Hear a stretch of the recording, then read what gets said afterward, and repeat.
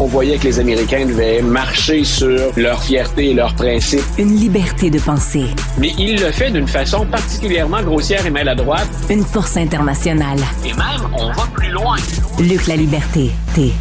C'est avec le plus grand des plaisirs que je rejoins notre collaborateur spécialiste en politique américaine qui va décortiquer toute la saison d'été avec nous, les enjeux américains, parce qu'il risque d'y en avoir un petit péché avec une course électorale qui s'en vient. Luc La Liberté, salut! Bonjour Alexandre, très heureux de te retrouver aussi. Donc, une période estivale avec toi. Écoute, on part, c'est lancé.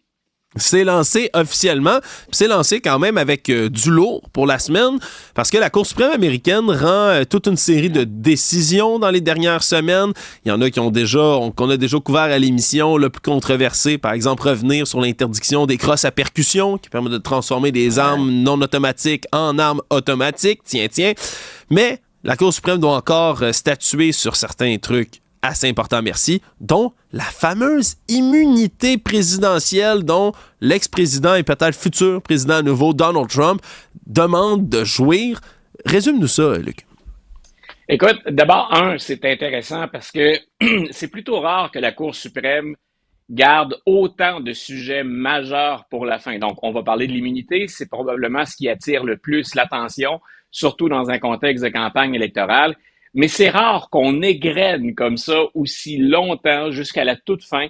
On va peut-être faire ce qu'on fait rarement, c'est-à-dire prolonger la période de travail avant ce qu'on appelle le recess ou la période de vacances ou la période de pause. Donc, pour l'immunité présidentielle, le président Trump, il y a au moins une cause majeure pour laquelle ça devient particulièrement important. C'est-à-dire qu'on dit qu'il a incité les manifestants du 6 janvier 2021 à attaquer le Capitole. Il y a peut-être plus que ça. Donc, on a mis ce procès-là à Washington sur pause à la demande de Donald Trump qui dit, je demande à la Cour suprême de se prononcer sur la question de l'immunité parce que moi, je crois qu'un président, du moins c'est ce qu'ont affirmé ses avocats, je crois qu'un président dans l'exercice de ses fonctions jouit d'une immunité totale. On sait que c'est vrai aux civils. Est-ce que ça va l'être aux criminels? Et il faut rappeler, pour le bénéfice de tout le monde, on a interrogé les avocats de Trump sur jusqu'où ça va. Est-ce que le président Trump pourrait demander, imaginons, c'est carrément ce qu'on a fait, imaginons aux Navy SEALs, une escouade d'élite, on est habitué à des missions dangereuses, est-ce qu'on pourrait demander aux Navy SEALs de s'en prendre à un adversaire politique du président et que le président ne soit pas poursuivi pour ça? Et l'avocat de Trump a dit oui, finalement. Donc, il a pris la peine, je résume simplement, mais ça se terminait quand même par un oui. Donc, je serais étonné qu'on aille jusque-là. Ce qui va être très intéressant, c'est de voir jusqu'où la Cour suprême va accepter de se mouiller dans ce dossier-là. Et je m'explique. C'est-à-dire, est-ce qu'on va s'empresser tout de suite de dire voici ce qu'est l'immunité présidentielle aux criminels, ce que ça inclut et ce que ça n'inclut pas. Donc, est-ce qu'on va aller jusque-là tout de suite? Je suis pas certain qu'on va se rendre jusque-là. Moi, je pense plutôt qu'on va y aller au cas par cas. C'est-à-dire que si on observe comment cette Cour suprême fonctionne depuis la composition actuelle, les 6 conservateurs et les 3 progressistes, très souvent, on va jouer sur des technicalités, comment vous avez apporté cette cause-là jusqu'à nous. Puis ensuite, on aime bien dire, voici ce qu'on vous donne au moment où on se parle, mais on va attendre les cas futurs. Moi, je ne serais pas étonné qu'on nous dise, elle n'est pas totale, mais ensuite, on va se prononcer au cas par cas. Est-ce qu'on va oser aborder tout de suite, je répète, c'est majeur, la cause pour laquelle on est sur pause à Washington? C'est, je pense, la cause la plus importante de toutes. Donald Trump a été reconnu coupable à New York, on le sait, ça m'avait étonné, de 34 chefs d'accusation. Mais c'est pour une affaire il a trafiqué ses livres, ça reposait sur une ou des aventures extra-conjugales, mais c'était pas la grande cause. Cette fois-là, si Trump était reconnu coupable à Washington, c'est carrément une tentative de renverser, de ne pas accepter les résultats d'une élection, de vouloir invalider ces résultats et de se garder au pouvoir. J'ai hâte de voir ce que les juges de la Cour suprême vont dire parce que, même s'il est tard en passant, il n'est pas trop tard pour qu'on commence le procès de Donald Trump à Washington avant l'élection du 5 novembre. Et si parfois je suis pour ne pas mêler les tribunaux et la politique en disant laissons les Américains parler et décider, c'est quand même pas banal. Si le président était reconnu coupable éventuellement d'avoir voulu renverser le régime, d'avoir refusé de valider les résultats, ce serait bien que les électeurs aient quelques éléments d'information de plus, même si le procès n'arrivera pas à terme avant le vote du 5 novembre. Ouais, c'est vraiment une cause qui va être à suivre, là. J'ai hâte de Ouais, voir quel genre de jugement la Cour vraiment. suprême peut rendre là-dessus, parce que si ça peut être aussi surprenant que le jugement sur les crosses à percussion, là, Oui, voilà. je veux dire, on peut voir que la Cour suprême peut prendre des décisions assez spéciales, merci, là, dans certains dossiers. C'est pas tout ce sur quoi ils vont statuer non plus, parce que Ouais. d'ici l'an prochain, on va débattre d'une autre grosse cause, hein, un autre gros dossier, les changements de sexe et entre autres, mais la question des transitions pour les mineurs au Tennessee, Voilà. ça va être suivi, puis décrié, puis redécrié, on s'entend, par les deux côtés de la politique américaine? Ben écoute, voilà, c'est que non seulement c'est très important pour les trans, c'est très important au plan juridique, au plan judiciaire, mais ça va s'inviter dans ce qu'on appelle la guerre culturelle, hein, la fameuse culture war aux États-Unis. Donc, il faut rappeler le fond de cette histoire-là, c'est une loi du Tennessee qui interdit l'accès à des soins pour les mineurs. Donc, on parle des bloqueurs de puberté, on parle des traitements hormonaux, on parle d'opérations, donc pour favoriser la transition. Tout ça est interdit aux mineurs. C'est une loi dans un État, on s'y attend, qui est conservateur. Cette loi-là, en passant, elle a été maintenue en appel. Et là, la Cour suprême dit, OK, on accepte de se pencher, d'entendre cette cause-là. La guerre culturelle, ça va être un des facteurs importants de la campagne 2024. On va associer Joe Biden à tout ce qu'on trouve excessif du côté de certains progressistes, de ceux, entre autres, qu'on se plaît à appeler les woke, et ils sont bien là dans la campagne. Donc, comment Joe Biden, lui, va-t-il intervenir? Comment va-t-il se sortir de ça, s'il doit s'en sortir? Mais assurément, la majorité des conservateurs et des républicains vont jouer cette carte-là. Donc, c'est intéressant à plus d'un titre. Je répète, pour les personnes trans, au premier titre. Oui. Au plan légal, ben, ce que va décider la Cour suprême, ça peut ouvrir ou fermer la porte à des initiatives semblables ailleurs au pays. Puis ensuite, ben, bien entendu, la récupération politique. Donc, répétons, cette fameuse guerre culturelle. Déjà, on a vu la droite intervenir rapidement après que la Cour suprême ait accepté d'entendre cette cause-là. Oui, parce qu'après ça, ça fait jurisprudence, mais il n'y a rien qui empêche d'autres États conservateurs d'appliquer Voilà. des lois similaires à celles du Tennessee. Ça peut devenir un champ de bataille vraiment national là, très, très rapidement.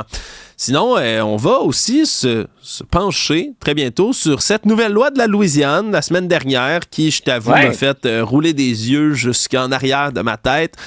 Les 10 commandements qui sont désormais affichés dans toutes les salles de classe en Louisiane.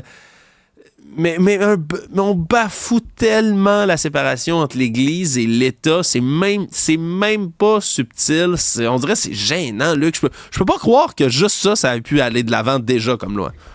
Puis en plus, le contexte est différent. On est dans le sud des États-Unis, on est en Louisiane. C'est une législature en passant qui est particulièrement conservatrice. Et je pense qu'on ouvre la machine parce qu'on a eu un épisode de passage démocrate au pouvoir en Louisiane. Et c'est comme si on voulait revenir appuyer sur l'accélérateur pour être certain qu'on demeure un État très, très conservateur.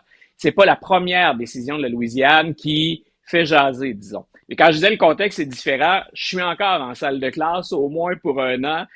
J'imagine mal avoir les 10 commandements, sinon de les présenter pour les commenter, pour expliquer à mes étudiants d'où ça vient.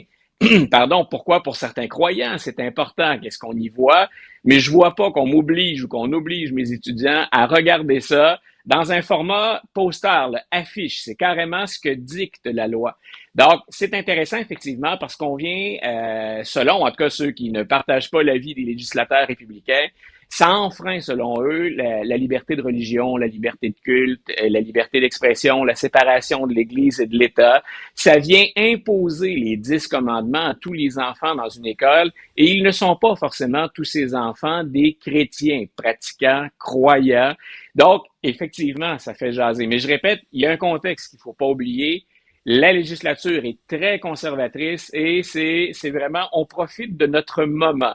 On est capable d'écraser l'adversité, d'imposer ce qu'on appelle notre agenda, le terme en français est plus ou moins correct, et on va le faire. Et je suis content qu'on arrive avec cette poursuite, et c'est pas en raison de mes convictions personnelles, juste pour voir une nouvelle fois qu'est-ce que la Cour suprême va décider dans ce dossier-là. C'est très important pour la suite, qu'il y ait des croyants puis que ces gens-là veuillent obéir, se soumettre aux 10 commandements, écoute, c'est un choix de vie. Est-ce qu'on peut l'imposer à l'ensemble du pays ou dans les États conservateurs, encore une fois? Donc, c'est une décision qui est, écoute, je pensais pas dire ça au sujet des 10 commandements, c'est une décision majeure, mine de rien. Ça va avec un tout qu'on tente de pousser, donc, quand on a une majorité qui est conservatrice. Oui, c'est toujours un effet domino aussi, là, comme pour les lois au Tennessee concernant les trans. Si tu fais tomber une loi ou si tu autorises quelque chose, quand tu ouvres la porte, mais tu ouvres la porte à plein d'affaires. C'est pour ça que c'est aussi intéressant de suivre ces histoires-là. On va avoir le privilège ensemble, Luc, de regarder, de commenter bientôt le premier débat présidentiel entre Joe Biden et M. Trump.